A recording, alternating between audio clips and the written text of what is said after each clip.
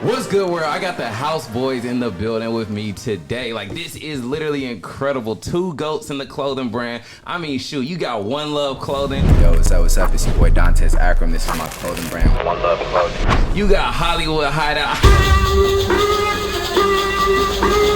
I don't really know how it get better than this. What's up, y'all? What's good? What's going on? What's up? So, what it do? Shoot, a lot of people already know Tez because Tez been on the show before, but we got a special guest today. Yes, sir. We got my guy Shaq. What's Yes, up, sir. man? What's going on, man? I feel like you just kind of came out like the gate. Like, you know, when I found about you through Tez or whatever, Yeah. he already told me you was killing it with the clothes. Your organic on social media was going crazy. But then when I saw your clothes, I was like, yo, bro got some fire under on you. You know what I'm saying? Appreciate that. So, like, how long you been in this whole clothing brand space? Man, it would have been, it's November now, so that's like a year and 4 months now. A year and 4 months now. Yeah. So did you know how to design? Because, like, your designs go crazy, I just taught myself how to design like 3 months ago. What software do you use? I use Procreate. Procreate? So, like, most people using Photoshop, Illustrator. Yeah, I tried to Illustrator and Photoshop. It's a little complicated for me, but Procreate, that like fits me best, so that's what I run with. I see what you're saying. So, and then when you design it, like when you're sending this to manufacturers and stuff, like, what about the vector files and all that? Do you even need all that, or they can handle it? Bro, I literally come up with my designs on Procreate. I video call my manufacturer. We sit there and talk about the design over the phone, so it's better for them to understand exactly what I'm trying to say. Yeah. And I just send them the files, a PDF file or whatever I just made. They get it and get straight to work. It's literally that simple. So, Tez, how did you meet Shaq? Like, where did the relationship start at? So I seen Shaq was going crazy on TikTok actually, and like he was only the only other clothing brand person in that space that was really giving game, like actual game. Because I could spot somebody that's just pulling stuff from YouTube, or a person that actually in the field with it. So he was really dropping game. So I commented under one of his posts, and then I ended up following him on the gram, and he followed me back, and he commented on one of mine, and then I think we met up in person. Yeah, like it was recent. It was probably this summer? Yeah, this summer. So it really hadn't been that long. Yeah. And what's crazy is y'all both just got to Atlanta. Like, Ted's been here a little longer. Yeah. And then you just moved down here officially, right? Exactly. Like 2 weeks ago. Dang. And then now y'all kind of like, I see y'all joining forces together. Yeah. Y'all got this master class. We're going to talk about the master class later, but you know what I'm saying for sure. So, Shaq, where do you get your ideas from? So most of my ideas come from higher end brands. Like, I'm real big into higher end fashion, but I don't buy it. I just use it for idea purposes. So I like Gucci a lot. I like Amiri. I like how Dior do their packages when they do drops. They do mostly collections. So I just study those type of brands, and then I just pull my inspiration from that. Got you. Dope. Yeah. And then, Tess, for One Love Clothing, I know yours has a lot to do with family and your daughter. So, like, give us a little background about One Love. Yeah. So basically, I created One Love a little bit after my Durag brand started taking off, Snaggerag. And for me, really, One Love was more so for my daughter, to be honest. It wasn't really like a brand that I was really like heavily focused on until I realized the amount of traffic we was bringing in. And then I realized how many people the brand resonated with. So what I realized, I was like, yo, we dropped the brand. I gave my daughter 50% ownership. And for me, I'm just going to grow this on the side, my Durag brand and everything else that I'm doing. But once I started realizing, like, we did like 6 figures in our first, like, I think it was like 6 or 7 months or something like that. And I'm like, I got something right here. So I knew after our first pre-order, we did 10,000 in 72 hours. That was my first time ever being in clothing. And I wasn't like really like watching no bigger brands. I wasn't watching nobody brands, to be honest. I was just like, came up with a logo, threw it on some clothes, dropped it in 3 colorways. And then when I seen it went crazy like that, I was like, I might have something else going for me right now. So I put 2 feet in on that.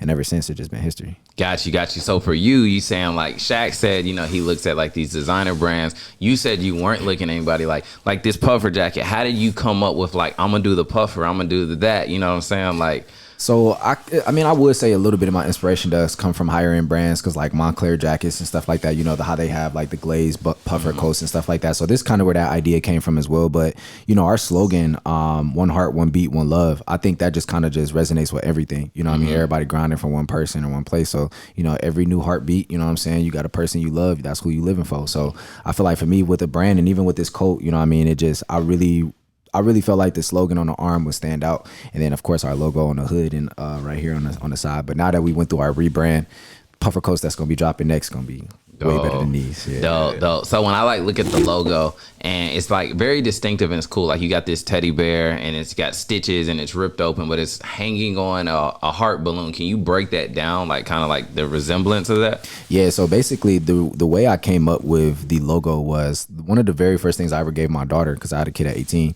First thing I gave her was a teddy bear. So like for me, I knew I wanted something to do with a teddy bear. And then what I noticed is that she was growing from like, I'd probably say like 5 months up until about 2, she was always playing with balloons, like all the time. So I'm like, all right, a bear and a balloon. And I'm like, there's no other way you could play with a balloon outside of just like holding it. So, you know, I came up with those two, put them together. And then I just thought it was dope to just have like rips inside of the bear. Yeah. And I think now that people are like really, I've been with the brand like 2 years now, or a year and a half now, and like people seeing the brand, we went viral a couple times. I feel like now people starting to, you know, bite off of it. And it's like, you know, that's the creativity portion. You can't be too mad at it. But now that we did a rebrand and the way we have the rebrand, I think it really resonates more with me and my audience as well. So I'm just happy about it. Gotcha. So what can people expect from the rebrand? Like what's some of the differences that you've done? So most 90%, 95% of all the designs will be made by me. And that was inspiration from Shaq. So that was another big thing for me, is like when I connected with him, you know, I asked him like literally what it was about a month ago. I'm like, yeah, bro, I want to start designing. And he was like, go ahead, download Procreate. I had an iPad. And then we never ended up sitting down yet to like even go over everything. But I was so eager. Like, I feel like that's the dope thing about me and him, is like, it's kind of like a twin, you know what I mean? Like I know he's gonna have just as much passion, if not more, than I would in certain things. And I'm eager to learn, and he eager to learn. So it was like, all right, even though we ain't linked yet, I'm about to still like jump in this. Yeah. And then I made my first 3 designs, and I sent them to him. He was the very first person to see them, and he was like, nah, these fire, bro. You gotta drop. And I'm like, all right, bet. So could you say it's super important to have an accountability partner? Because like, you know, you have a lot of success outside of clothing too. And then it's like, before me just listening to what you said, you weren't making your own designs. So just having somebody to kind of push you, like, how do you feel like that just goes into just, you know, business in general? Because it's like you said, you have success outside of this. You were probably finding designs online, you know, having a designer tweak them, but then you're like, you know what, let me try to make this even more authentic. You know what I'm saying? Absolutely. I think it's dope having a creative person that's next to you that I know, like, I can trust. You know what I'm saying? Like, I look at him as if he's my mom's son. You know what I'm saying? So it's like, I try to look out for him in ways that I wish somebody would have looked out for me when I first came in. And it's not more so, it's like, I don't really care if he like be like, oh, I got you back or nothing like that. It's really because genuinely I want him to win, and I know if he win, then I'm gonna be happy at the end of the day because I'm winning. You know what I mean? If he win more or if I win more, it never takes away from either one of our plates. But I think having an accountability partner, having somebody you can share ideas with, your designs with and stuff like that, that's already dope as fuck at it, and you know already has a eye for it. I think it makes the process funner, because now it's like I see him come up with a design, I'm like, oh, I gotta get to work. Like what am I doing right now? And you know, it's just love both ways, man. Facts. And Shaq, so how did you get the name Hollywood Shaq? Where's Hollywood come from? Okay, so before the clothing, I was a barber.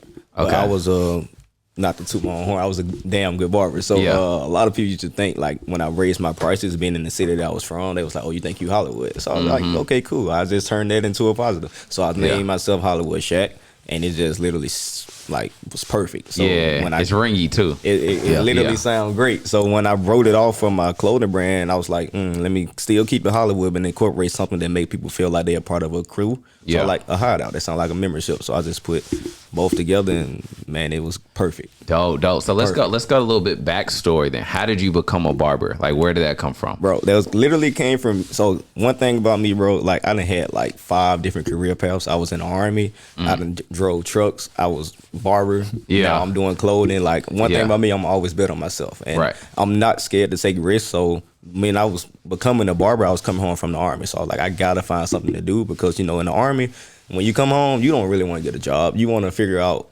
what can I do to become a better me, you know, because that's what they teach you, discipline. So I was like, I got to figure out something that's going to lead me into being my own boss. So I was like, you know what, my mama in cosmetology, I was like, let me try cutting hair. So I started picking up clippers. I was messing up a lot of people, don't get me wrong, but like I said, I wasn't afraid of that risk, man. So I just picked up clippers, and it was like 2020. It was like right before the pandemic. No, it's 2019, right before the pandemic had started. Picked up the clippers, And when the pandemic happened, that forced me to do nothing but sit at home. So a lot of people were still getting cuts during the pandemic. I don't know why. Yeah. But that's when I just thrived at it the most. So and was you going like on social media with the cuts? Oh and yeah, everything? most definitely. I was big on social media with the cuts. Like I was probably using Reels before a lot of people knew what Reels was. Like I was using Reels for cut purposes way before it was even popular to do so. Got you. So what kind of like skyrocketed your social media? Because you have a good engagement rate. It's like a lot of organic. Was it people following you for the haircut, or you always dressing? Bro, I'll say the haircut probably pushed me to the fashion side, right? So like I was good at cutting hair, but a lot of people are gonna go towards the barber that they feel most represent with the lifestyle they're trying to live. Yeah. So I think the fashion part with the barbering part kind of like tied into one part. Tied into each other, and it literally pushed my following to adapt to me being able to cut hair and dress. But when I started posting more pictures than videos for cutting hair, that's when my following started to skyrocket. So I really think it was the fashion that separated it. But I think it would have never happened had not I was posting the haircuts at first. Facts. And then too, just so that we can keep dropping value to people that's listening through different parts. So for you, Tez, like, what were you doing at the beginning before you were designing? How people listening, there's a lot of people who want to get into clothes that don't know how to do graphic design. Yeah. How can they get clothing designs if they don't know how to use these softwares? Yeah, so my very first way is I was actually the guy who made my do-rag brand logo, Snaggerag, his name is A-Mo. Shout out to him, man. I wasn't really big into hiring people just yet because I didn't really understand the process. So I was like, I'm going to just have him, a person I already work with, just work on my designs. And it was dope because we kind of just grew together. Like every new concept and idea, Black Friday, Cyber Monday last year, like we were coming up with concepts together, and we built a mutual agreement that, you know, these brands are something that are important to both of us. I was one of his first people he worked with, and he was one of the first people I let work with me. So literally for me, I built up a designer in a way that understood my type of style and understood what I was going for. And with that being said, I think it led to us having a stronger relationship, but also him having an eye out of what I would want. So now I could just say, yo, I want to design, and I could just either give him my idea or give him no ideas, and he'll come up with ideas because he understands the meaning and the value behind the brand. And that's really how I first started off getting somebody to make some of my logos and my designs. Other than that, the best way to get into it, if you're a complete beginner and you don't have that person, you may not have creative people around you, is to hit Fiverr, Fiverr. And basically what you can do there is go and hire, you know, freelancers. And freelancers are like, you know, people like who may have been like me and Shaq before we even got into this space, or people just trying to put their foot in the door, trying to find something they're good at, or just trying to make some money right now. And I feel like for a lot of people, if you are creative, for that other person that's watching this, say like you don't want to start the brand, you just want to be the creative person behind it, you know, put your talents out on Fiverr. And, you know, I would highly suggest just marketing yourself more and pushing yourself more. So you can either look on Fiverr, you can look on Upwork. You know, you can find designers on Instagram. You know, there's a bunch that, you know, me and Shaq even, you know, shout out on some of our lives and stuff like that. Like, you know, tap in with people who have that creative idea. Like for me, I feel like if you're not great at something, find somebody else who is. Facts. Yeah. Yep. So Hollywood, for you, like when was your first drop? How long ago? June 18, 2021. I'll never forget that date. All right. So let's talk about that. You know what I'm saying? Yeah. Since yours is more recent, like what was the inclination to be like, I'm going to do clothes? And then you also did it differently. Cause like my version of like e-commerce was like, I was just always daily selling. Yeah. You're in like the drop game. Yeah. So like, where was your mind at? How did you come up with it? What were some of them? And then we're going to get into like some of the mistakes and all that, but like, just where was your mind at? Okay. So my brand started because of a manufacturer. Like when I started the brand, I had no intentions on even having a clothing brand. So like I said, I was posting a lot of fashion pics. It was this one manufacturer that DM'd me, literally the first manufacturer that ever DM'd me. He wrote me, he was like, do you have a clothing brand? I was like, no. He was like, well, we are manufacturer, we make such and such. And he started sending me a bunch of shorts. That's what I was going viral for at the time. You know, last year, everybody was wearing mesh shorts and dunks. So I was posting shorts. He was like, what you think about making your own shorts? I was like, I'm thinking it's a scam because, you know, manufacturer pages, bro, be following hella people and no followers at all. So I'm like, man, this might be a scam. But he sent me a WhatsApp number. I didn't even know what WhatsApp was. Yeah. He sent me a WhatsApp number. I got on WhatsApp, and then we got on video call. He was showing me his warehouse and everything. So I'm looking like, bro, I probably really can start a clothing brand. So we came up with a couple of designs. Literally, all this happened in one day. Like we was coming up with a couple of different ideas and designs. I was like, you know what? I think I want to do like a bandana print type short. He was like, cool. He taught me what a mock-up was, what designs was, and things like that. He was literally sending me everything. Like he made my first design, all of it. So he sent me in some samples. I got the samples in. I started marketing them on my story. Everybody literally just started fire emoji. I'm like, okay, I did not expect that type of response.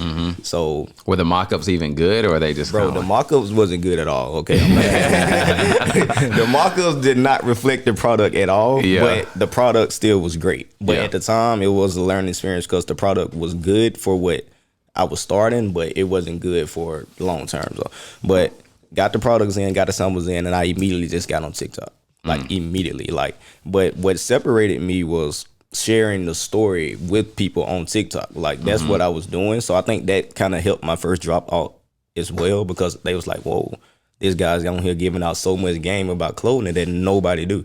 Like I was probably one of the first ones besides my guy that was on TikTok literally telling people what you can do to actually start a clothing brand. So I wasn't telling them what to do. I was showing them what I was doing because I was new to it. Like it was just something new for me. So literally as I'm showing my day-to-day process, I'm growing, and people also seeing my designs like, yo, no, those are those nice, bro. I need those. So man, that first drop, amazing. Well, what was it like just for somebody listening and getting started? Like how many units did you purchase? Well, so I did a pre-order for my first drop. Okay. So I would highly recommend that if you don't know what to do, I would say, me personally, I would do a pre-order because you have to create the demand before you just go get supply. Because a lot of people go get so much supply and then just be sitting on it because you don't have no demand for your brand. So that's one thing I would say do. Make sure you probably, if you don't have that, capital just put out like that, just pre-order. So I pre-ordered. We did it at midnight. My drop was at midnight.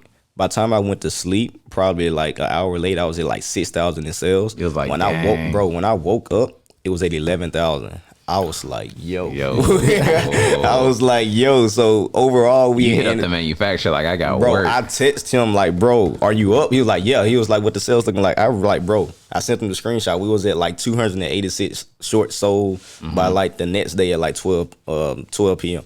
So I'm looking like, bro, this can't be real. Like I ain't, because at the time, that was probably like the most money I ever made in my life at one specific time. So we looking, and I'm like, should I close it off? He was like, no, just do it 2 days. So that was Friday night, Saturday night, and we ended up closing off on Sunday. When we closed off at Sunday, we was at 16,000 in sales. How long did it take for the manufacturer to Manufacturer got everything turned around within like 3 weeks. 3 weeks. But that was another learning experience for me because it's my pre-order. I didn't let my customers know that it was a pre-order at the time because, like I said, I was new to it. Yeah. So I got so many DMs. I got a couple chargebacks, things like that. It happens, but like I said, you don't learn unless you get a lesson. So you got to take a L and. Facts. So for you, Ted, you talk about the pre-order method. So can you like break that down a little bit more? Because it's like he went through it. You always advocate for doing the pre-order method, especially at the beginning. So just break that down for us a little bit. Yeah. So what the pre-order method looks like is starting out the same exact way that he, started off. Obviously getting in contact with a manufacturer, or actually let's rewind it, coming up with an idea or a design first, right? And then reaching out to a manufacturer that can be able to, knock that design out and make sure that the quality is how you need it. And the best way to run the pre-order is after you find the manufacturer, you want to go ahead and buy samples. Now you're going to already buy a sample, right? Now, what I would highly suggest now, especially like trend wise, a lot of people don't do their pre-order method. Like they don't do it with photo shoot pictures anymore. Like nowadays it's really put your clothes on the floor, take a picture of it from a high angle, post it on Instagram, and just use the picture from your phone. So you really don't need that much to really start off as we used to do it like before. Because I started my pre-order with, a photo shoot, and then we had like 5 different images we used, and it was like strategic. And I feel like for a lot of people now, you don't really need all that stuff now. So you get your pre-order or you get your sample in, you take the picture of it, right? And then you start promoting it on social media for at least 2 weeks, right? So you can post it on your stories, you can post it on all these different places. Now, a lot of people ask like, should I have made an Instagram page for my business by now, or should I keep it on my page or on my personal page? And I always tell people like, you can still make the business page, but all of your audience is your following. So you have to hit your page more than the, like, why would you promote to 16 followers when you have 1,000 over here? So you need to be like, the way I did it, like for me, when I did my pre-order method, it was creating One Love as a sister brand to Snagger Rack.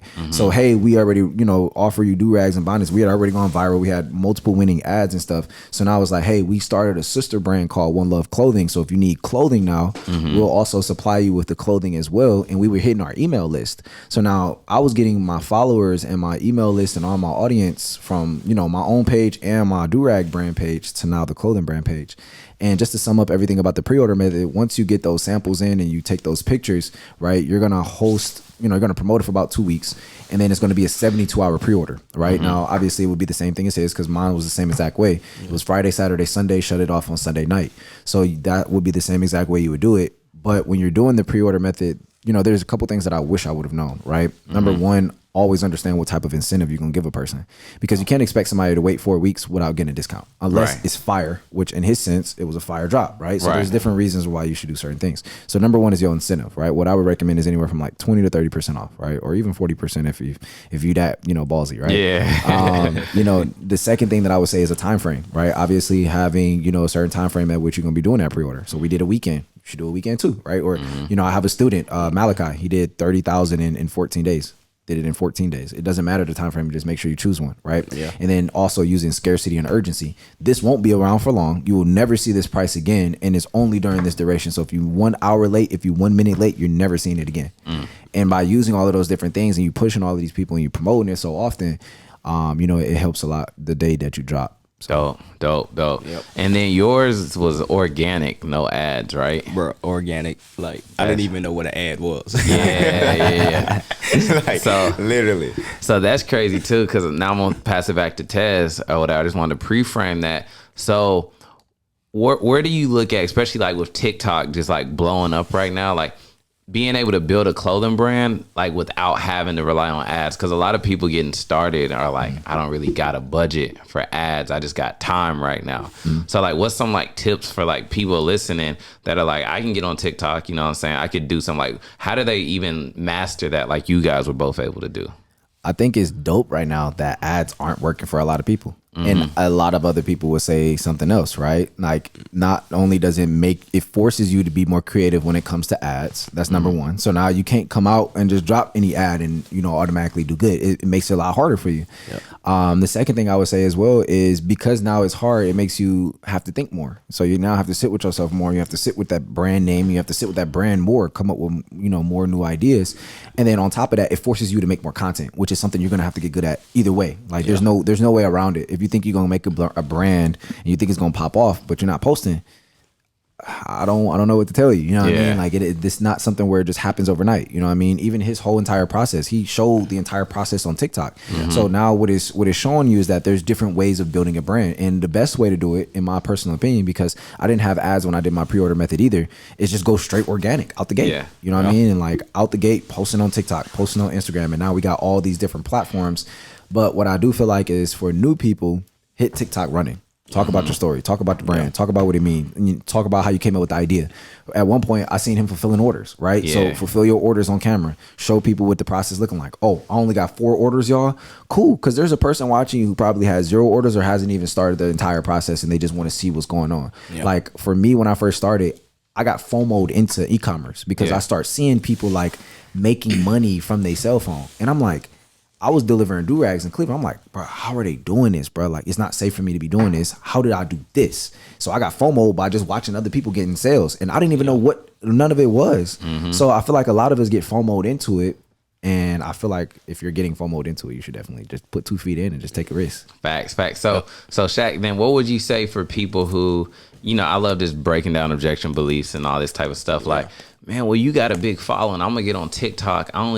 Especially on TikTok, I only got 20 people following me. You know what I'm saying? Like, can you grow outside of the people directly following you on TikTok versus Instagram's kind of more so just who's following you? Like, does the algorithm work that way to where it kind of like can shoot you out past those 20 people? Well, see, the thing is, everybody started with 0 followers. So regardless of what I did, you just got to do the same thing. Like, it's going to happen by you posting. Like, you cannot grow unless you post. Like, people want to grow and they want to take shortcuts when I'm literally telling you all I did was post. Right. Like, I don't know how to be more specific than that. Like, literally, all I did was open my phone and post 3 videos a day. Like, anybody that follow me can vouch for that. Literally, every single day from when I started in June 5th, 2021, all the way up until when I got inconsistent in March of last year, I was posting 3 times a day. Like, I was making sure that people know that, okay, for one, I'm consistently working. Because if I got content to show you that I'm working, you know I'm working. For 2, you seeing who I'm really am. Like, I'm not showing you that every day is a $10,000 day.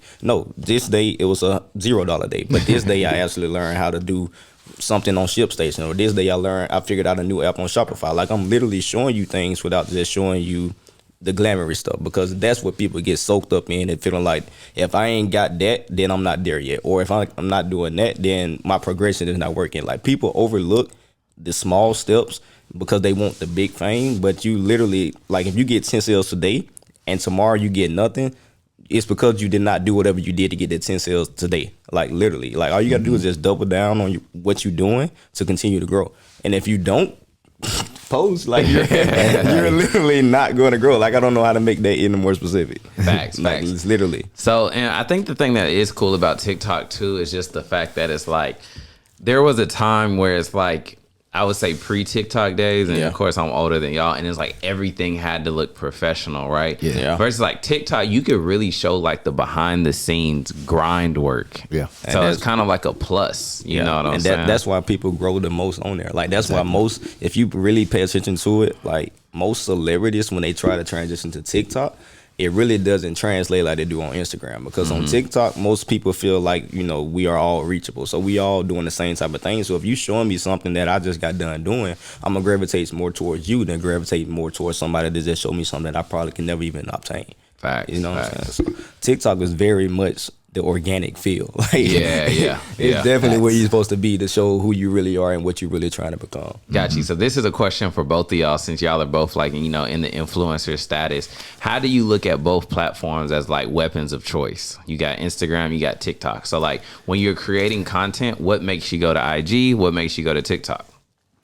Man, I feel like a lot of my content for me starts off in TikTok, just because I've personally, like, I've been in the space for a little minute now, obviously, and I never had a large following all the time, right? Like, when I first started, I was mainly on Instagram and mainly on Twitter. And for me now, realizing that there's a third platform not only made me have to realize, like, damn, you gotta be a little bit more consistent now, because I was already, like, I blew up on Twitter before I blew up on Instagram. So I'm like, I was already super consistent just to get to 50,000 followers on Twitter. I'm like, bro, it took years, right?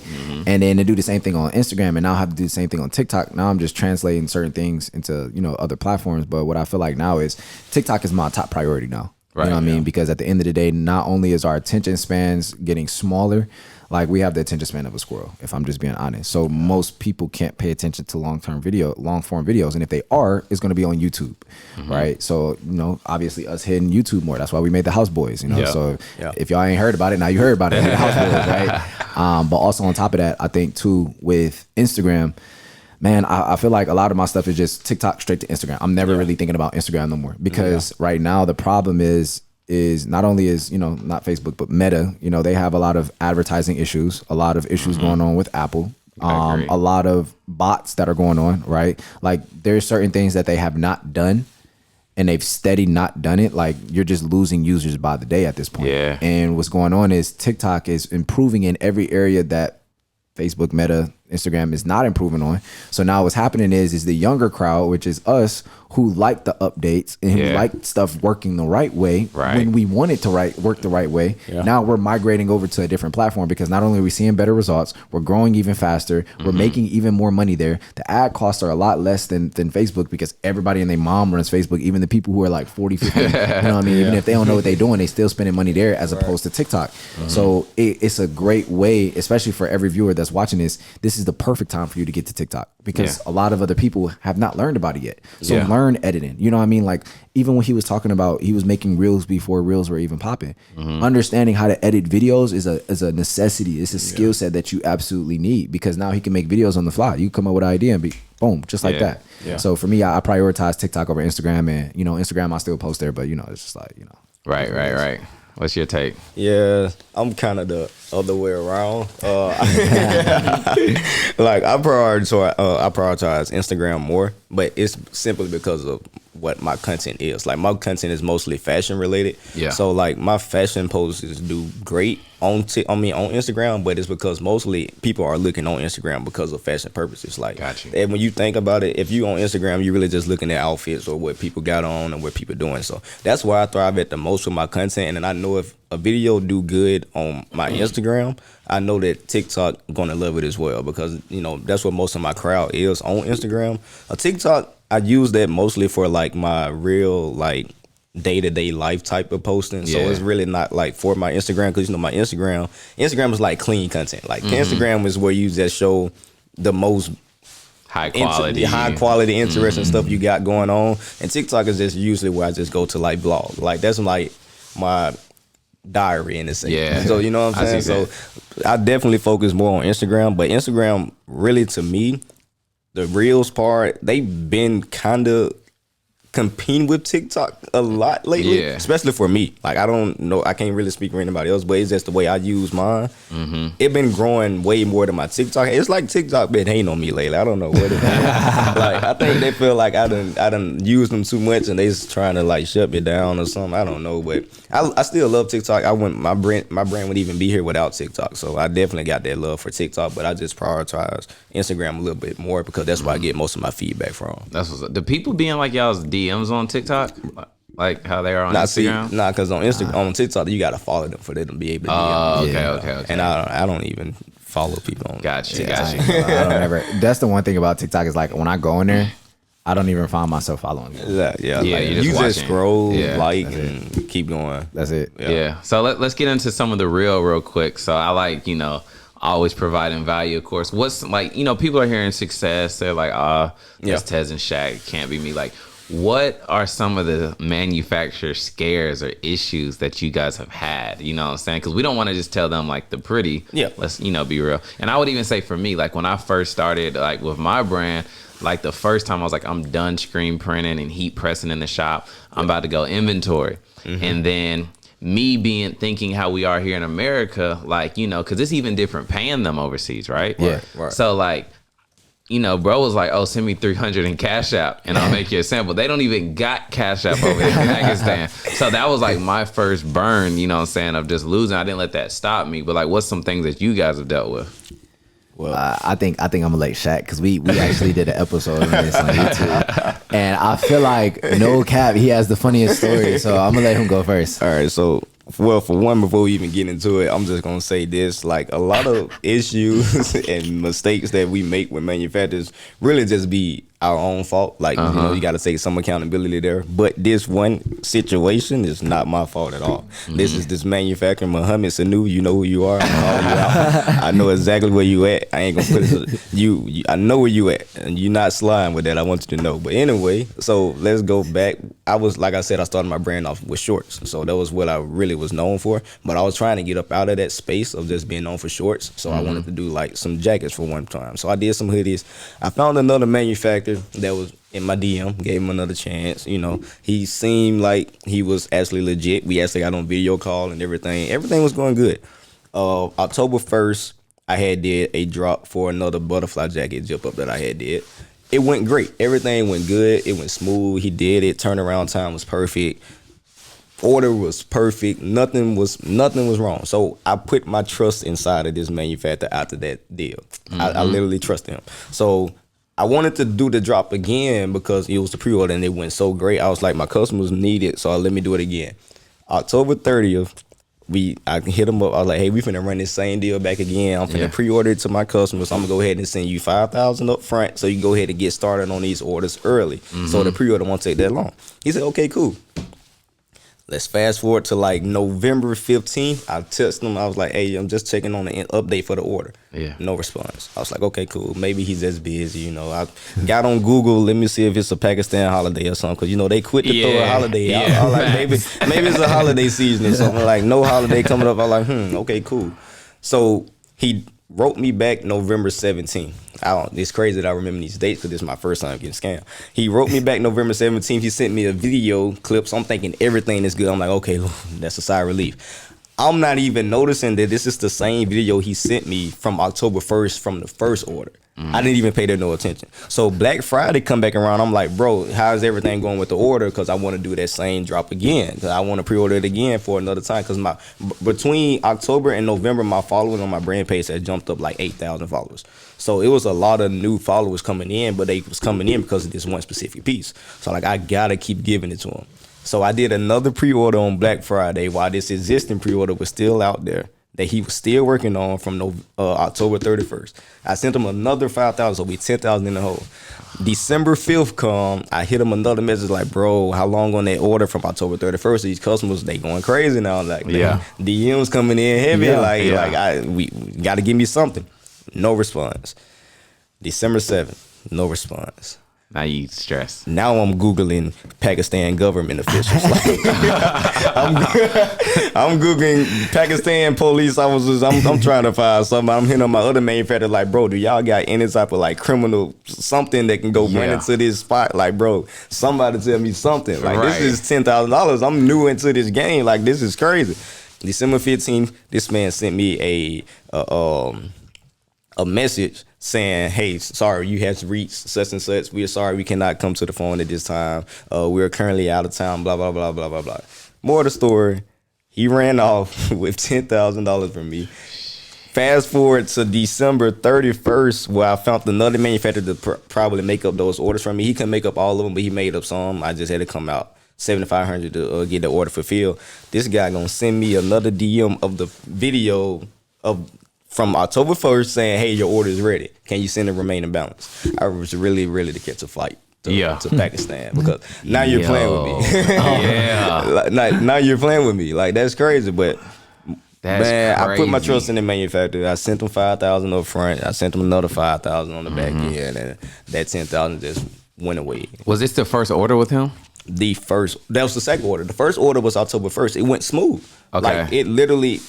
paid him. He shipped me my order. I got the orders out. Everything was great. So I could see how you fell in that scam. I thought everything was good. I was like, okay, this is a great manufacturer. Because I even sent them the money by Western Union. Like, that's the ultimate level of trust. If I'm gonna pay a manufacturer by Western Union, I trust you.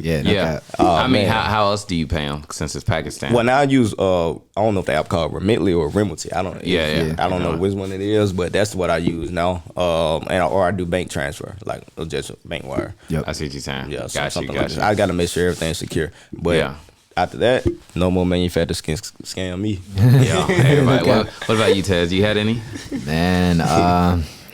Man, I've been in the space for a little minute because I was doing do-rags and stuff too. So it's like, I got all types of stories, boy. Like, I think the craziest story I have, man, it's so many of them. Like, it's hard to tell which one is the craziest one. I don't think I ever did none of mine off pre-orders. Oh, I do know one. So basically, we had these. We were selling designer do-rags and bonnets, and we started going viral for it. So I was already dealing with one manufacturer. And I was trying to take one of my friend's tips, like get a second manufacturer and have both of them working on it. Yeah. So I'm like, all right, bet. So I was like, first one, I send in the order there, got the money going. Got the money out and he's working on that order. So now I'm placing another order with this other manufacturer, right? So I placed the order. I'm like, hey, bro, I want this to look exactly how this manufacturer has it look. I sent them all the same like description of everything to this new manufacturer, right? So they send me the sample after a week. I got the samples. I'm like, quality's cool, bet. So I give them the full amount up front because I'm thinking like I'm trusting them the same way I'm trusting my main. Send them the full amount up front. Now, mind you, this was probably about, because do-rags are cheaper. We probably pay like $2-3 per unit, like per piece. So I probably sent them about $4,000 because we were buying a bulk amount at that time. And mind you, still selling, sending out $4,000 to me in the beginning off do-rags. I'm like, bro, it's still $4K. Like, I remember days where I didn't want to, drop $800 on it, right?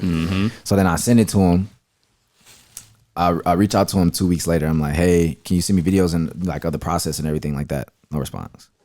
So I'm like, all right, cool. Like, all right, I know they it's either the timing that I sent them that message or they just busy or something like that. So I wait. Another week go by. I'm calling them on the Alibaba on the phone now. So I'm like, they got to pick up because they picked up the first time. Right. No pickup. I'm like, cool. And So you was I going through messaged him. Alibaba? I was going through Alibaba. So And they was in Pakistan? they was in Pakistan. Okay. So boom, I'm messaging them, message him again, still nothing. I'm like, all right, bet. Another week go by. Now it's the drop week. So like I should have already had the inventory in hand. Again, no response. Calling back to back. Bro, tell me why 3 weeks later they messaged me back, said, hey bro, order's done. They shipped it out. Another week goes by. The order finally comes in. Nothing was packaged. They just sent me all the do-rags, no bags on none of them, nothing. So I just had all these do-rags just thrown into a box. So you had to buy some bags and package them. I had to buy the bags. I had to stay up for like 2 days straight. Have my little sister help me package everything. Did they even look clean the way they was packaged, or is it just Bro, enough? it was like dirt on some of them. It was like stuff that I would have never expected to happen. Yeah. But again, it's just the process, man. So, Yeah, I mean, I would crazy. even say, like, for me, it's just like you said, like once you find that person, you gotta rock with them. You know what I mean? Yeah. And then too, it's almost like a contractor. Like you just don't pay them the whole thing. Because I even know, like with mine, like if you watching or whatever, like I just never pay them the whole thing. And a lot of times it is like just like moving capital around, but like they don't need the whole thing to start. You know what I mean? don't. Yeah. And then once they're even like you build that relationship, they'll ship it out. And you still may owe them a couple hundred, so you just want to keep the relationship good or whatever. Yeah. But I have had some people where I had to like an order that I'm recently dealing with now. Like I'll send them a new design and be like, "Yo, I really need you to get this current order out because I need 300 of these." Yeah. But my partner not letting me pay you to get that. So now I'm trying to get them kind of like in the motion. the motion, amped up or whatever. But yeah, just definitely stick with that other one. And then also, have y'all ever ordered from like China? Yeah. So yeah, for the people listening, and you was talking about this earlier, so I'm gonna let you go into it in a second. It's just you got Pakistan, you got China. They got pros, they got cons, right? Absolutely. Yeah. So Pakistan, sometimes like you find a good one, they feel like they're on your side, they're quicker. China's slower but better quality. So like, what's y'all's experience on just both countries? I'm gonna let Shaq go first. Shaq. Oh, well, see, like I was saying, I feel like Pakistan is like more for the people that's like up and coming, trying to work with, small amounts of capital, or you just, getting your feet wet. You just trying to get into it. I feel China is more for the experience and the people that got their stuff lined up ahead of time. Like, so the advantage of China is of course the quality is great, but the timing is slow. So that means they are mostly for the people that make their orders ahead of season. So if you're really not ahead of season and you're just depending on this order to come in this season, you're most likely going to be on the back end, just sitting on some basketball shorts in October trying to sell them because China took so long to make them. But that China, for me, they work great. Like they do most of my jeans and everything like that. It's just the prices are high. So, you got to pay to play. Yeah. So, but the sample fee is outrageous. I think I had paid like $1,000 for like 2 sweatsuit samples at one point. Whoa. Yeah. Big bag. I ain't never did that. Bro. But the quality is unmatched. I cannot lie. But I feel like China is like, they've been in this space so long. Well, Pakistan have too, but China just, they got it, bro. Like they don't need your help. They don't care about who you work for. They don't care about what company you own. They don't. They're not even gonna hit you up like Pakistan. We probably all got 7 messages from Pakistan manufacturers in our WhatsApp right now. And it's like they don't understand. Sure. They don't understand when too many messages is like too much. Like they'll send 20 different messages back to back they can just combine in one text. Like, why would you separate your texts? But Pakistan, they feel more like, a family member. Like they actually work with you. You can have a relationship with them. They gonna answer the phone whenever you call. You ain't got to worry about no response taking too late. Like you just got to make sure you can trust them. Like you got to make sure it's not Muhammad. If his name Muhammad Sanu, please leave that manufacturer alone. Muhammad Sanu, leave him alone. His surname is Sanu. His dad name is Kwanja, something like that. Federal. Hey, I'm telling all the information. I'm still looking for you. I know you probably watching this. Man, sheesh. But yeah, I would say for Pakistan, the jacket like Tez got on, hoodies, sweatsuits, they kill during the fall. Fall and winter.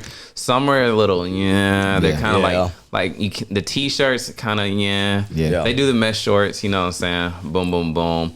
China very good for detail. Like all of my hats come straight from China. Yeah. Socks come from China. I would never get a hat from Pakistan. Yo, I got one. Again. It was so bad, Bro. Hats. The way they package it was like, how do you expect that to go on somebody's head? Like, Facts. It was smushed. Yeah. Like, bro, how can somebody wear that? Can nobody wear that, man? It's just certain things you just can't get out of Pakistan, regardless of the manufacturer that you getting it from, because sometimes they be stuck in their ways too in Pakistan. Like they feel like, bro, I know what I'm doing. Like you can't tell me that I can't do that. Nah, bro, I'm literally showing you that you did not do that right. Yeah. Right.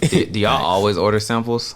Always. But it's not even for like the promotion purposes. I just like the clothes. Like I just like knowing that I can create something that's in on my mind to go ahead and get it made, to get it in. Because 9 out of 10, most samples that I got in, I never even drop. Like I just get them in just to see what my ideas look like in person. And if it's something that I feel like is going to be a hit, cool. But I would definitely recommend a lot of people get samples, because samples is like dead. Like, you know, that's content for you when you don't have nothing to post or nothing to drop at the moment. Yeah. So if I get a couple samples in and I don't have no content for the day, I could just show these samples and see what the feedback going to be like if I want to turn it into a drop or not. So I always get samples. See, what I never got that y'all got, I never got free samples. Like, only be finessing. Do you get free samples? Hell yeah. Finesse, only bro. time I get free Finesse. samples is if it's like it's already a manufacturer and he throws it in the box, but they don't even make y'all pay for shipping. Finesse. No, I don't pay nothing. I don't pay nothing. Y'all go ahead and break it down. What y'all do? I don't pay nothing, bro. And I get it in 72 hours. Bro, it's literally Break it down then. literally. Shaq, break it down. All right. Like, bro, listen, I'm telling you, the only key to it is line. Like, literally, like, you literally just, like, bro, I tell a manufacturer, for one, my following helped me. Now, let's just not get that wrong. My following definitely helped me. So they see the page that they coming from, then I tell them exactly, you know, what I'll be like, bro, like, come on now, I was on the cover of Vogue. Like, what you talking about? like, come on, bro. I'm Kanye Like West. Drake and 21? Like, bro, come on. Like, do you not know I'm Kanye West's little brother? Like, come on. Like, you need to give me this piece because I can help you further your business. And when they hear that, when you tell them you can help them grow their business, how many samples do you need, my friend? I need all of them. Dang. Yeah, I need all of them. I love having samples, man, because like even this jacket, I've never dropped it. So like for me, like obviously testing the quality, always gonna do that before I make any bulk orders, no matter what. I don't care what it is. And then also just knowing that I got a one-on-one piece on. You know what I mean? Like can't nobody put no fit together with this jacket. Nobody but me. And I feel like it give me like a little bit like, I'll be walking in the mall or something like that. And I'm I know I'm unique with this jacket on. None of you have it. You can get it though at One Love or when I drop. Yeah, definitely. That's dope. So like, what do you guys, do you do email marketing, Shaq, or straight I just got into it. Shout out to my guy Tez for putting me on. I literally just got into it, but it definitely been helping out a lot. Yeah. And then what's crazy too, like when y'all talked about kind of backstep, like when we talk about China or whatever, when I had went down the street over there to like Tulin clothing brand or whatever, bro, when you talk about a head, they got like 100 boxes of inventory. They so it's literally like they got theirs set up crazy. Like how they keep things coming every Tuesday is crazy. I don't know. It takes a system to be able to do that system. though. Like that literally takes a system. And capital too, because like to be able to order like 6 months ahead and just have it there.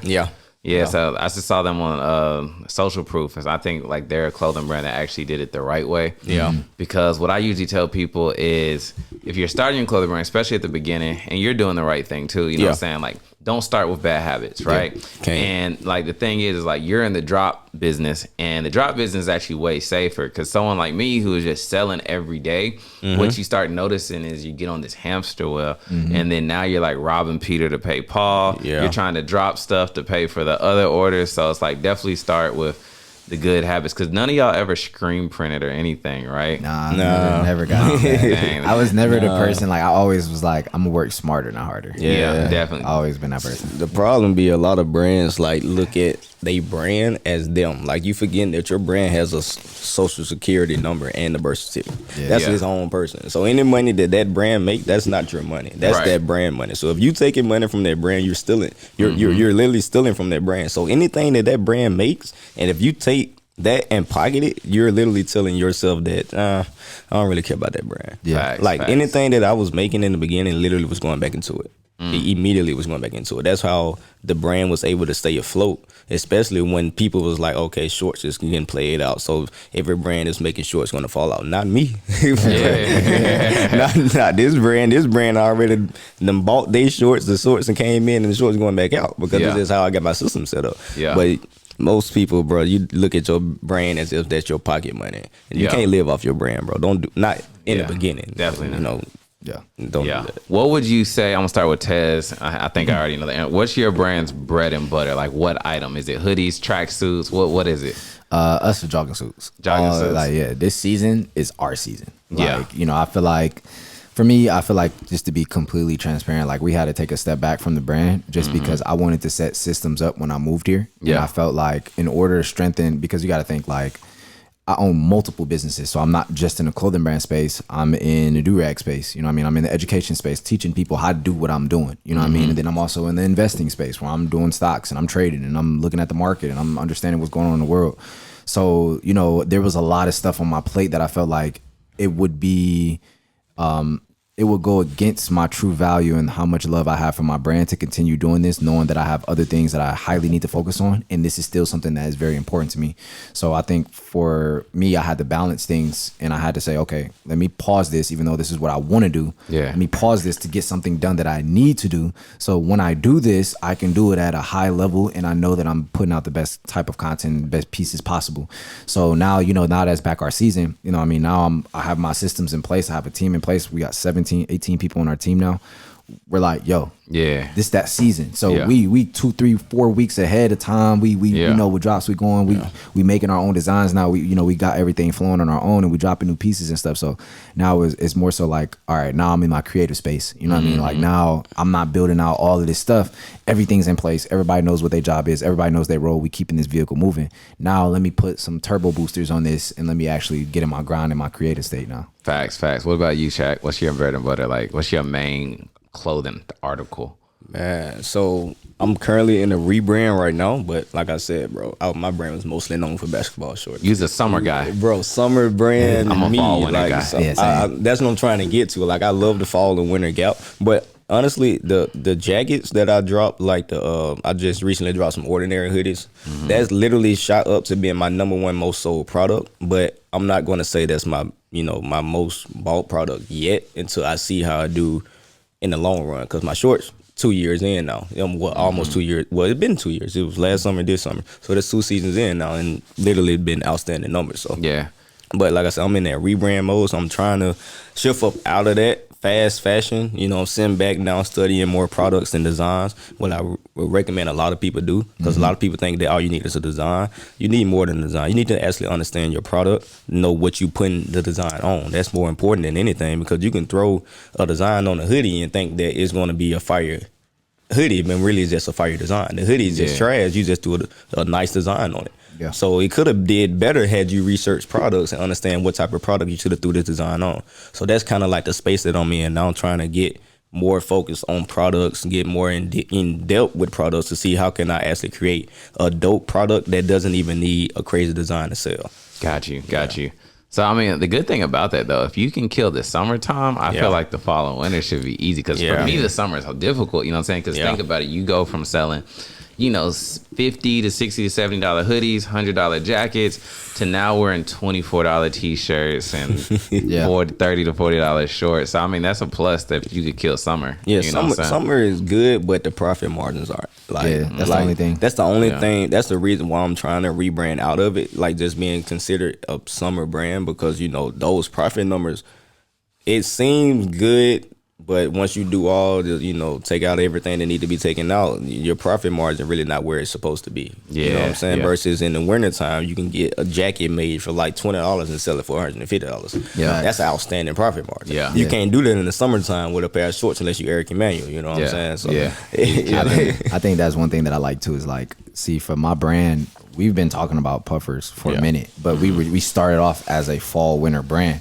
Yeah. So when we introduced it, the hype was ridiculous. So I'm like, oh, when I drop, I know it's gonna be crazy. Yeah. But see, last fall and winter, I knew I wasn't gonna drop because I didn't have the time to. The way we introduced it, the jogging suits was going so crazy, I couldn't keep up with the orders from that to drop this because I knew this was gonna go crazy. So sometimes you have to off certain things until the next season or to the next year's season to make sure you can drop it the way it's supposed to be dropped. Right. So now, you know, knowing and understanding that feedback that I got then when we drop these, I know for a fact it's gonna hit. And then for me, like the pricing I get my stuff at, you know, this puffer coat was $32 and I can sell it for $150, $160. Oh. So it's like the margins on that is a lot better, you know, Facts. as opposed to, you know, for me, summer was a little bit more difficult. Obviously we still sold out. We sold out like our last 3 tees and then we sold out our shorts too. So I wouldn't say it was a terrible summer, but I would say that I was a lot slower because in summer, like he said, it's a lot faster pace. So you got to be dropping like left and right. I wasn't used to that. Jogging suits in fall and winter season. You drop 3 colorways in jogging suits. That might take about, you know, a month and a half. You can sit on it. Then the next month and a half, you know, you want to do this. So, you know,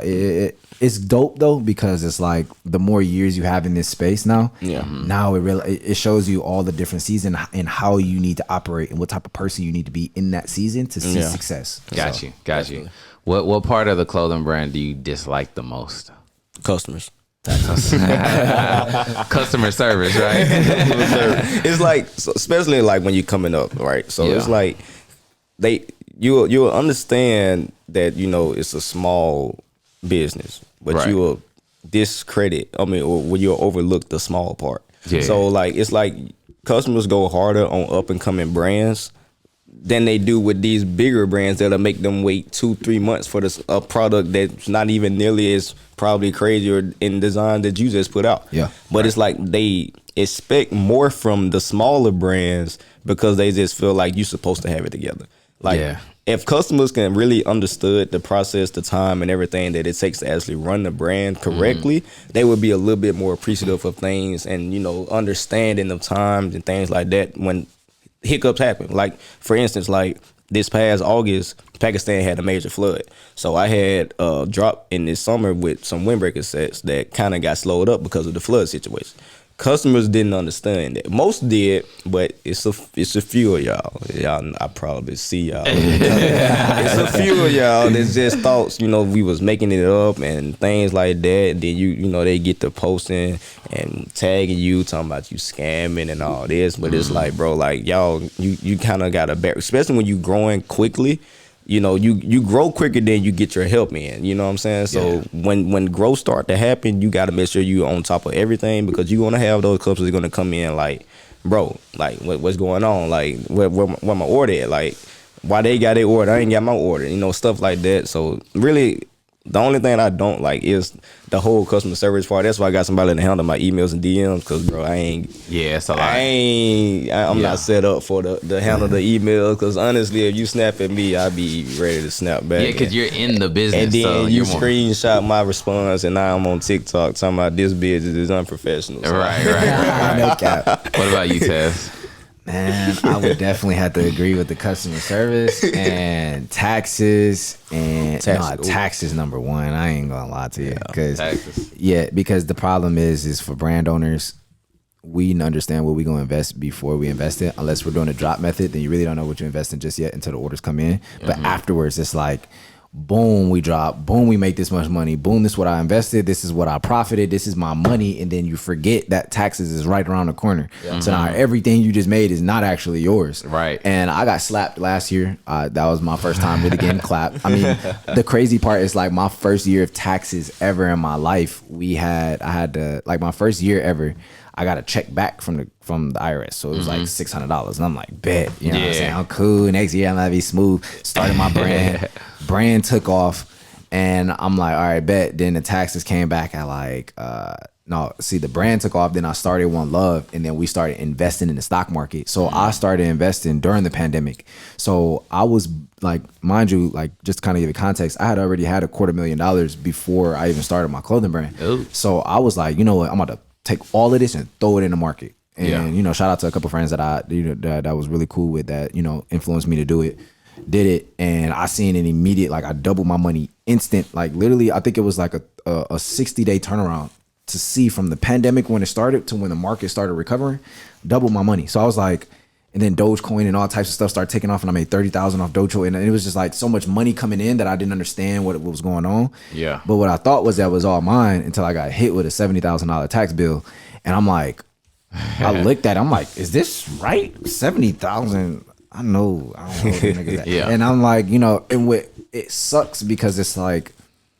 especially us in this clothing brand space, especially if you did summer and stuff like that, it's like your margins is already small. Why are you like pulling from High revenue, high expense. Yeah, so it's like, you know what I mean? After that, I started realizing like the systems, I need to hire more people.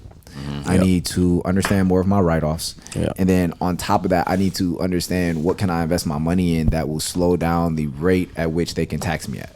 The faster you understand those three things, the faster you're gonna be able to cut your tax bill down. So now we got things in place with my tax team where it's like, okay, where we're gonna invest $28,000 into this 401k account where you can't touch it until you're 56. However, it's better than just giving it to the IRS where you're never gonna see it again. Got you. Yeah. Got Number you. one. Number two, if your taxes are still high after that, which mine are, because we had a great year this year.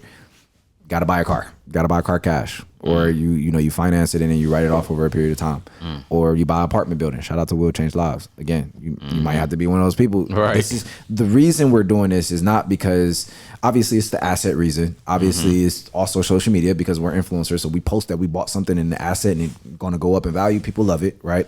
But the third reason is really the biggest reason is the tax reason. So when you do these things, this is the type of tax break that you're going to get. And now we're just looking at, all right, can I buy a house? Can I buy a building? Can I buy, this car that I really like? Can I sell my old car, buy this new car, and then still write it off? Like, what things do I need to do? Or, for example, this is going to help a lot of people. End of the year, December, you need to offload all your money. Like, that's what we did last year, and it didn't really help us much. So, I mean, I guess that's a big tip. But at the end of the year, we went and bought, like, all of our inventory for next year.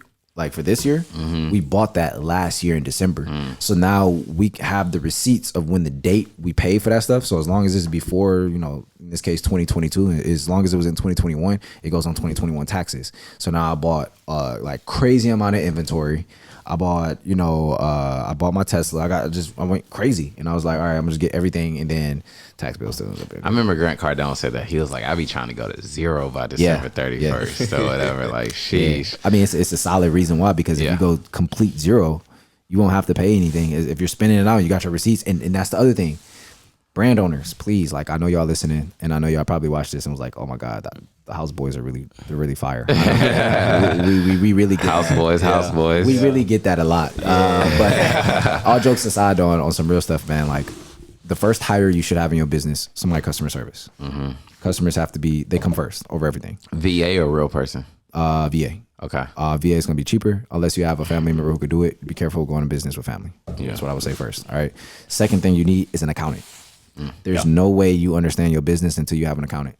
Like, we get monthly statements right now, the 13th, 14th, or 15th of every month. In all of my businesses, we get a PDF file that shows profit and loss, balance statements. We got everything that comes in the email. And if you don't understand what your business is actually making, you're just kind of guessing. That was me. Like, I'm subtracting this from this, and then this is what I actually have. In reality, you didn't count the Shopify app fees.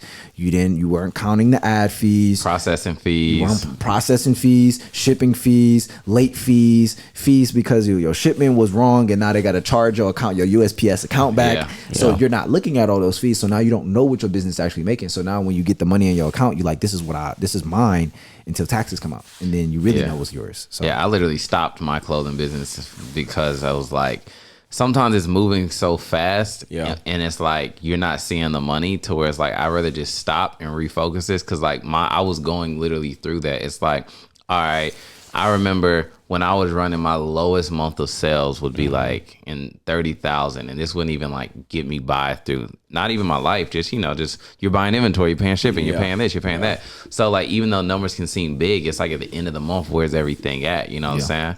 Because when you're running and stuff, it's like always new shirts, new transfers, new shipping, paying all these people, and you're seeing these Shopify numbers, right? You're like, oh, I did 5K, you know what I'm saying? But then another thing where you're missing when you say the account is important, all right, let's look at it this way. If you did 5K on 100 shirts or whatever, right? What exactly is your profit margin? Because if your profit margin is only $10 per shirt, you know what I'm saying? I'm just coming up with random numbers. just because it says 5K doesn't mean you got 5K. Not But at you're all. making decisions off of 5K. Not at You know all. what I'm saying? So I'm sure we've all seen those things. You know what I'm Most saying? definitely. Most Yeah. definitely. Most And definitely. you know, that's the big reason why I always tell people, you know, specifically for me with my brands when they took off, I was like, I want to make sure my money lasts. Yeah. See, what I've realized is that there's a lot of brand owners that are good at design and are great at dropping and great at marketing. They're great at all these things, but when it comes to the money, and for me, I always wanted to be the bridge because like I'm great at those things. They're not my strongest suit. By all means, selling is my strongest suit. I could sell a person anything, right? So those aren't my strongest suits. However, I understand money far better than I understand business. So, and biggest reason is because number one, I was doing stuff on my own all my life, right? And then number two, I sold cars. Number three, I've been in the sales industry for 2-3 years. Yeah. So I had enough experience. I had people train me who were dealing with millions of dollars, and then we were selling a product that's $40,000-$50,000. So now you start understanding banking and financing and interest rates and what type of money and your monthly payments and stuff like that. So what I tell new business owners when they ask me is like, bro, when should I get myself something? I wasn't even thinking about that at all because I was still working my job and my business was still doing 20K a month. Yeah.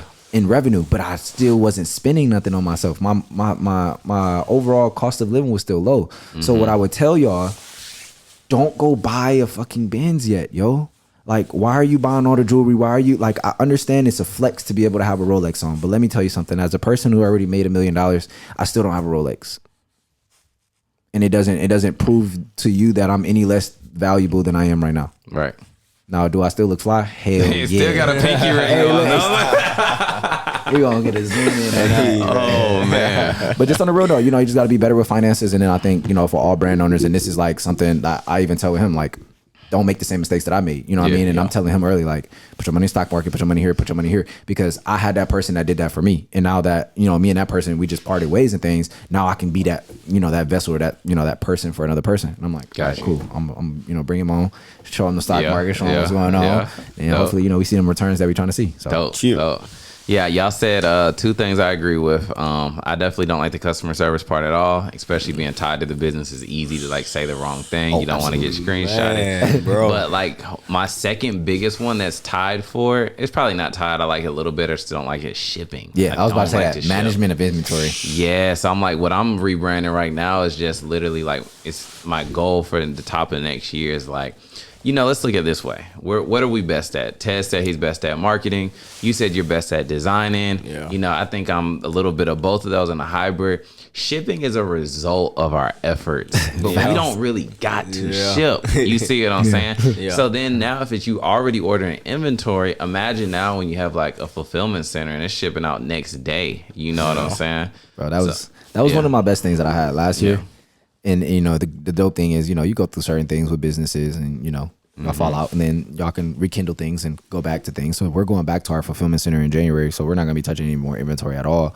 Now I understand how it works. Well, now that my inventory is back, 'cause it reminded me because I wasn't with my inventory for so long. Yeah. But it's dope because when you do have that fulfillment center in place, now you only have to focus on the creative aspect. However, your margins are getting sliced as well. Yeah. So when somebody else is fulfilling the orders, it feel good to never touch it, but also remember that you're not really touching as much of that money. Facts. So you know, those are always good things to remember. You know, when you do. And I guess it depends too, because for me, when I did the numbers, it was like, I was checking out Shipmonk or whatever, right? And what they were saying was the storage fees, if I had like, let's say 50 SKUs completely in stock, the storage fee was going to be like $2,000.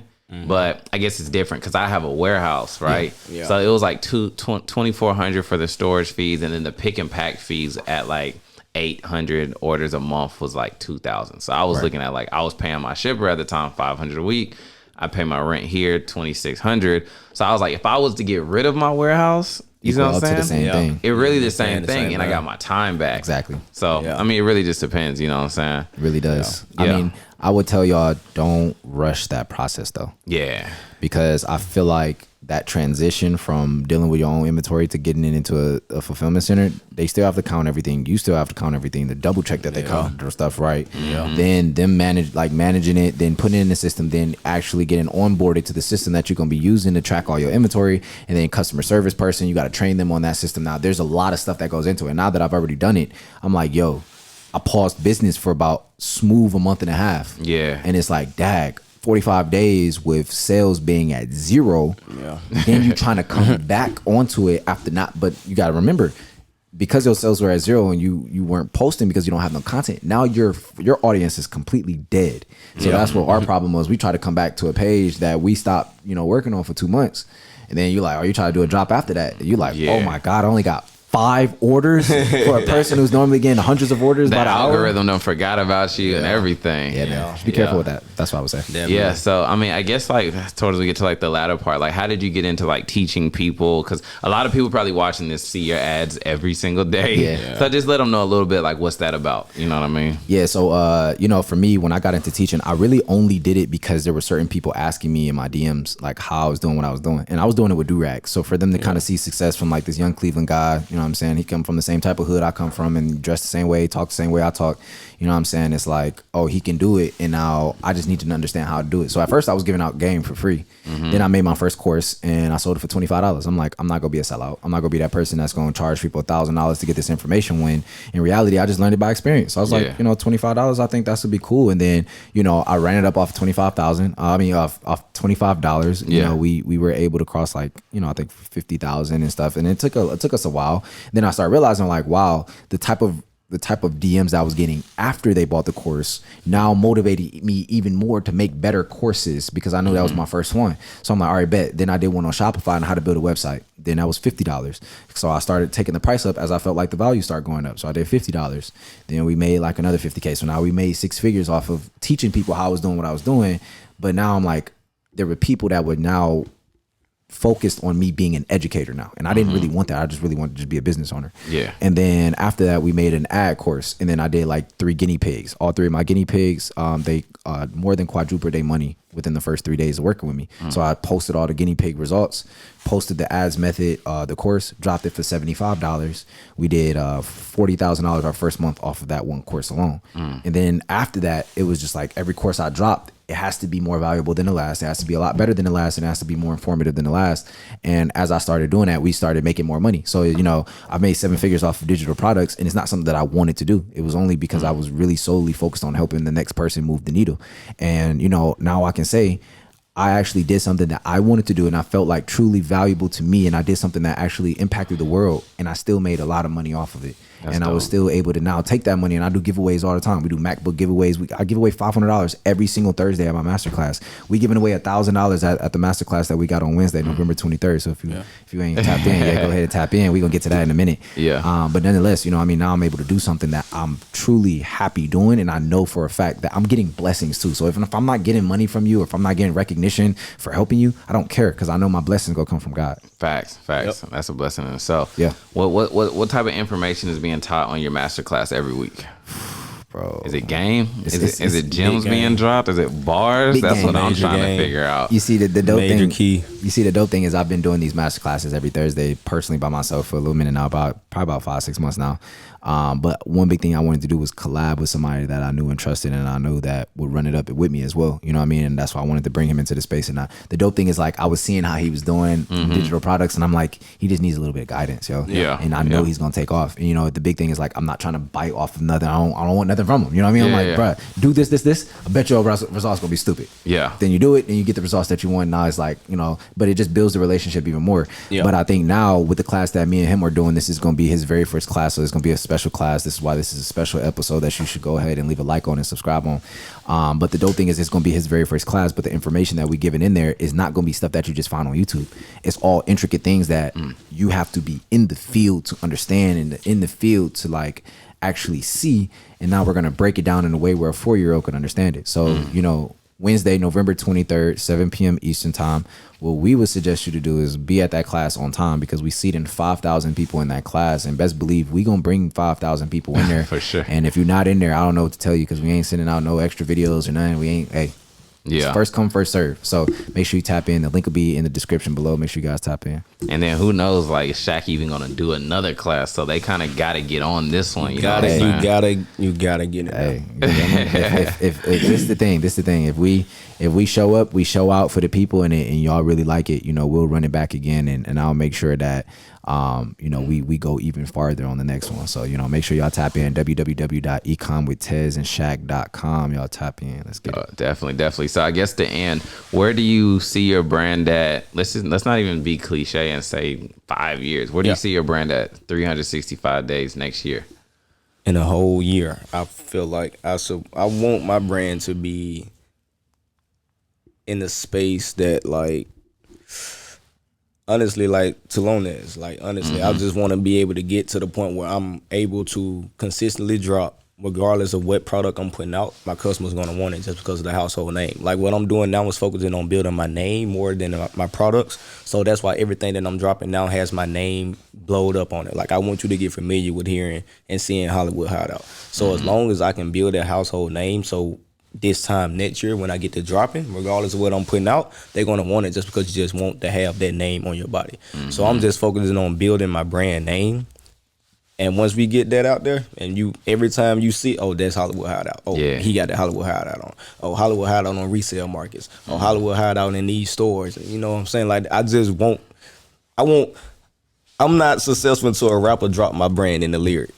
Facts. Yeah. I want Lil Baby to put a bar on, talking about just got that Hollywood Hideout on, something like that. You know what I'm saying? That's the goal. I mean, I was watching YouTube yesterday. John Morant dropped a video, and your shirt was on there. You saw it? Bro, like, that's what I'm saying. So we just focusing on, man, just getting it out there in places where everybody can see it, and that's all I'm working on. What about you, Tez? Where's One Love at in a year? Man, One Love in a year is, just in the most creative space we've ever been in, and also like having the best systems that we've ever had, best customer service we ever had. But also, like he said, I want to be able to walk up to a rapper and they know who I am because of my brand. I want to be able to stay in these cliques. Like, if 4PF, like, they say pull up to a concert or something, like they know I'm pulling up because of the value that I bring or because of my brand. And I feel like for me, like you said, having to be a household name, and also making sure that I want to make sure that we're never gonna stop being seen. I want you to see me in the airport. I want you to see me on your phone, on ads. I want you to see me everywhere. I want you to see me in Dillard's. I want you to see me in Saks. I want you to see me everywhere. And really, we ain't stopping to that happen. And also, more importantly, making sure that my daughter,